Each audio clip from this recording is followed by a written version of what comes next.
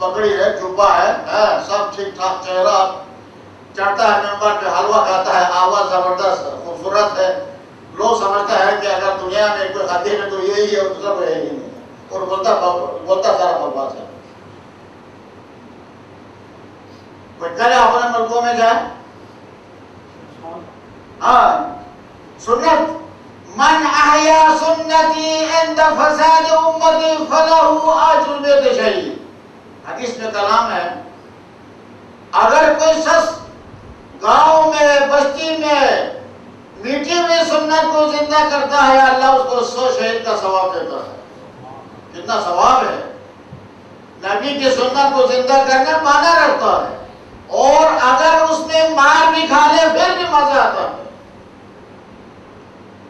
عبداللہ بن مسعود رضی اللہ تعالی عنہ حرم میں آئے، مکہ میں آگے دیکھا ادھر مسلمانوں کے مجلس ہے، ادھر کافروں کے مجلس ہے. آگے بیٹھا مسلمانوں کے مجلس میں، تقریباً حضرت ابوبکر صدیق رضی اللہ تعالی عنہ ہے یا کسی صحابی نے کہا کون مرد مجاہد کافروں کے پاس جا کر قرآن سنائے، کافروں کو قرآن سنائے، کون مرد مجاہد ہے؟ عبداللہ بن مسعود رضی اللہ تعالی عنہ اٹھا، کمزور آدمی، قد میں چھوٹا، پاؤں پتلا، قوم قبائل خاندان نہیں ہے، وہ اٹھا کہا میں جا کے سناتا ہوں. حضرت ابوبکر صدیق رضی اللہ تعالی عنہ فرماتے ہیں کہ عبداللہ تم نہیں جاؤ، تم کو مارے گئے یہ لوگ، تمہارے پیچھے کوئی نہیں ہے. بولا نہیں میں جاؤں گا. عبداللہ بن مسعود رضی اللہ تعالی عنہ جا کر سورہ الرحمن کی تلاوت کرتا. 4-5 آیتیں سننے کے بعد کافروں نے کہا کہ یہ وہی ہے، وہی کلمات ہے جو محمد رسول اللہ صلی اللہ علیہ وسلم پڑھا کرتے سنایا کرتے. پکڑ کے مارا، اتنا مارا بے ہوش ہو گیا. کمزور تو تھا پہلے سے. صحابہ کرام اٹھا کے لے آیا، پانی چھڑکایا، پانی پلایا، ہوش آیا. حضرت ابوبکر نے کہا کہ عبداللہ میں نے آپ کو اسی لیے پہلے روکا تھا کہ وہ آپ کو ماریں گے، آپ نہیں جاؤ ادھر. عبداللہ بن مسعود رضی اللہ تعالی عنہ فرماتے ہیں کہ ابوبکر جو مزہ آج آیا وہ اللہ اس سے پہلے کبھی نہیں آیا. کل جگہ پھر سناؤں گا. کیا بات ہے. اسلام پر چلنا یہ مرد مجاہد کا کام ہے، یہ نتو بتو کا کام نہیں ہے. یہ یاد رکھو، اسلام پر چلنا معنی رکھتا ہے. بریانی کھاتا جائے، حلوہ کھاتا جائے، پلائی کھاتا جائے اور اسلام بولے یہ کون سا اسلام ہے بھائی؟ کیا کہتا ہے؟ وَتَوَاصَوْا بِالْحَقِّ وَتَوَاصَوْا صَبْرًا. حق کو پہلے لائے، صبر کو بعد میں. کیا مطلب ہے؟ حق کو پہچاننے کے بعد سنائے گا، مارے گا، صبر کرنا پڑے گا. کیا مطلب ہے؟ کوئی ہے مرد مجاہد اپنے ملکوں میں جائے، نبی سے محبت کا دعویٰ کرنے والوں نبی کی سنت پر عمل کرنے لگتا ہے. خالص دعوت سے کام نہیں بنتا. صحابہ کرام دعویٰ نہیں کرتے تھے، کام کرتے تھے. اللہ نے آسمان سے اعلان کیا ہے رضی اللہ عنہ ورضوا عنہ. کوئی نہیں پڑھتا، میں نہیں پڑھوں گا، یہ تو بات تو نہیں ہے نا. امام بھی نہیں پڑھتا اور کوئی نہیں پڑھتا، میں کیوں پڑھوں؟ اللہ اکبر. نبی کی سنت ہے، بولا ہے نبی کی سنت ہے، قولی ہے، فعلی ہے، تقریری ہے، تو کیوں نہیں پڑھتا ہے؟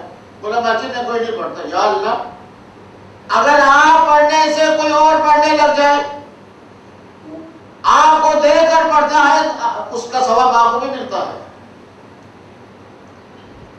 نبی کی سنت وہ عمل نہیں کرتا ہے، بولے یہ سنت پہ عمل نہیں ہوگا.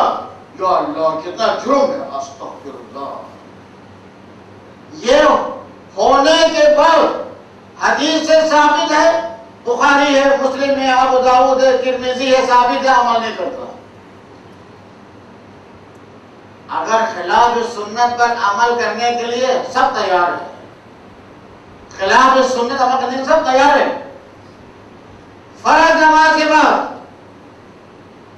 ظہر کی نماز کے بعد، عصر کی نماز کے بعد، مغرب کی نماز کے بعد، عشاء کی نماز کے بعد فجر کی نماز کے بعد امام صاحب مقتدی کی طرف منہ کرتے دعا کرتے ہیں، سارے مقتدی آمین آمین بولتا ہے۔ یہ ہے کسی حدیث میں؟ اچھا ملا دعا کرنے سے روکتا ہے۔ فرض نماز کے بعد 5 وقت امام صاحب دعا کرتا ہے، مقتدی آمین کہتا ہے، یہ کہیں ہے؟ اور اس کو سنت سمجھ کر پابندی سے دعا کرتا ہے۔ اگر امام صاحب دعا نہیں کیا وہ امامت سے معذور۔ کیوں؟ تم نے دعا سے گریز کیا۔ نبی کریم صلی اللہ علیہ وسلم مسجد نبوی میں عصر ظہر 10 سال، عصر 10 سال، مغرب 10 سال، عشاء 10 سال، صبح فجر 10 سال، ثابت کرو۔ آپ نے دعا کی ہو اور صحابہ کرام نے کسی سے آمین کہا ہو، بتا دو مجھے۔ بولا مولوی صاحب دعا کرنے سے منع کرتا ہے؟ دعا کرنے میں کوئی حرج ہے؟ دعا کرنے میں کوئی حرج ہے؟ بولے حرج ہے۔ نماز پڑھنے میں حرج ہے، اذان دینے میں حرج ہے، حج کرنے میں حرج ہے، کلمہ پڑھنے میں حرج ہے۔ اذان کب دے گا؟ جب نبی کریم صلی اللہ علیہ وسلم دینے کا حکم دے، اس وقت اذان دو، اس جگہ پہ اذان دو۔ اگر آپ عید کے دن اذان دیں، عید کی نماز سے پہلے مؤذن مسجد میں اذان دیتا ہے، کیا کرے گا؟ کیا پڑھتا ہے؟ اشہد ان لا الہ الا اللہ، پورا کلمہ ثواب میں لکھنے کے بجائے گناہ میں لکھا جا رہا ہے۔ بولے گا جی ملا کلمے کو گناہ میں لکھا جا رہا ہے؟ مؤذن کو ثواب ملنے کے بجائے مجرم کے لسٹ میں آتا ہے، فہرست میں آتا ہے، نہیں اذان دے سکتا۔ کیوں؟ محمد رسول اللہ صلی اللہ علیہ وسلم سے یہ عمل ثابت نہیں۔ اذان ثابت نہیں تو ٹھیک ہے، نہیں ہے تو فرض نماز کے بعد دعا کدھر ثابت ہے؟ دعا کدھر ثابت ہے؟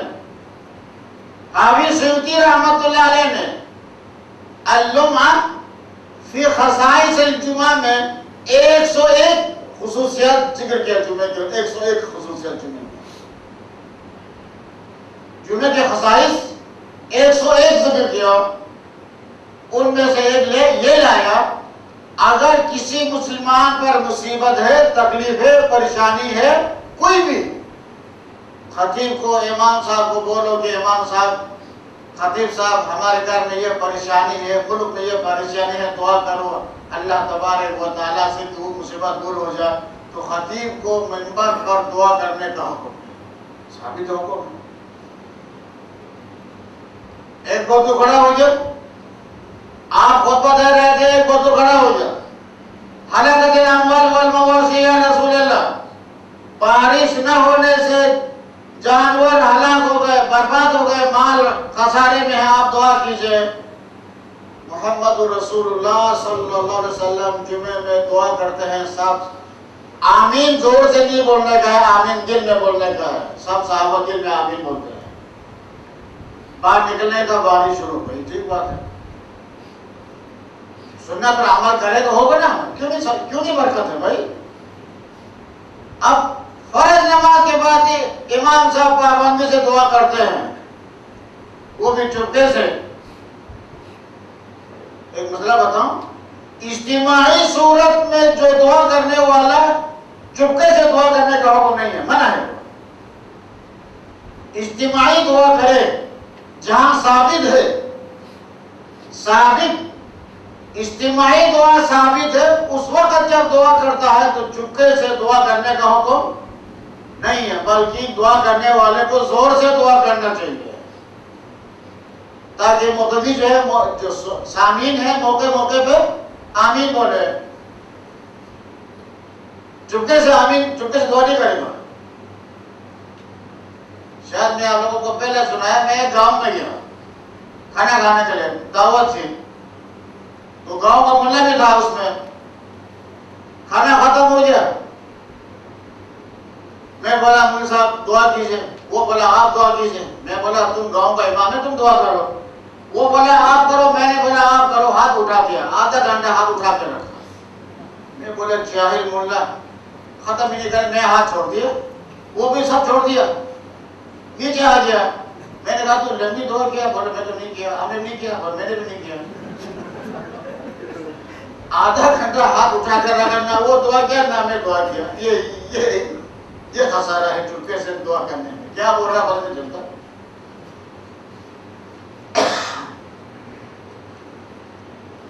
یعنی نماز ہی دعا ہے۔ اب سوال یہ ہے کہ دعا فرض نماز کے بعد دعا قبول ہوتی ہے، فرض نماز کے بعد دعا قبول ہوتی ہے، اور اجتماعی صورت میں دعا کرنے کا حکم نہیں ہے۔ مولوی صاحب ہم کیا کریں، ادھر بولتا ہے دعا کرنے کا ثبوت نہیں ہے، ادھر بولتا ہے دعا قبول ہے، سمجھ میں نہیں آتا نا۔ آپ وظائف سنت سے، نوافل سے، وظائف سے فارغ ہونے کے بعد جو بھی آپ کو ضرورت ہے اللہ تبارک و تعالیٰ سے مانگو، یہ دعا قبول ہے۔ امام صاحب کو نہیں معلوم لوگ کیا کیا لوگوں کو ضروریات ہے، کسی کو بچے کی ضرورت ہے، کسی کو صحت کی ضرورت ہے، کسی پہ دشمن کا غلبہ ہے، کوئی ہوائی سے، کوئی ہوائی سے۔ میں دعا کرتا ہوں اللہم اجرنی من النار، اللہ مجھے جہنم سے دور رکھو۔ آپ سب نے کہا کہ آمین، دعا کو کیا ملا بولو، کچھ ملا؟ نہیں ملا۔ سب نے کہا کہ مولوی صاحب بول رہا ہے جہنم سے دور رکھو، اس کو ہی دور رکھو، ہمارے ساتھ جو کرنا ہے کرو۔ یہ تو نہیں کوئی، جو آپ کو ضرورت ہے گھر جانے سے پہلے اللہ تبارک و تعالیٰ سے مانگو، یہ دعا قبول ہے۔ اس لیے اسلام میں یہ ثابت نہیں ہے کہ نماز کے بعد امام دعا کرے مختلف سب آمین بولے، اس کو ثبوت اس لیے نہیں ہے۔ حکمت یہ ہے کہ جو انسان کو جس چیز کی ضرورت ہے وہ نماز کے بعد اللہ تبارک و تعالیٰ سے مانگے، دعا قبول ہوتی ہے۔ کر کے دیکھو تو صحیح، بولے کہ ہمارے پاس ٹائم نہیں ہے۔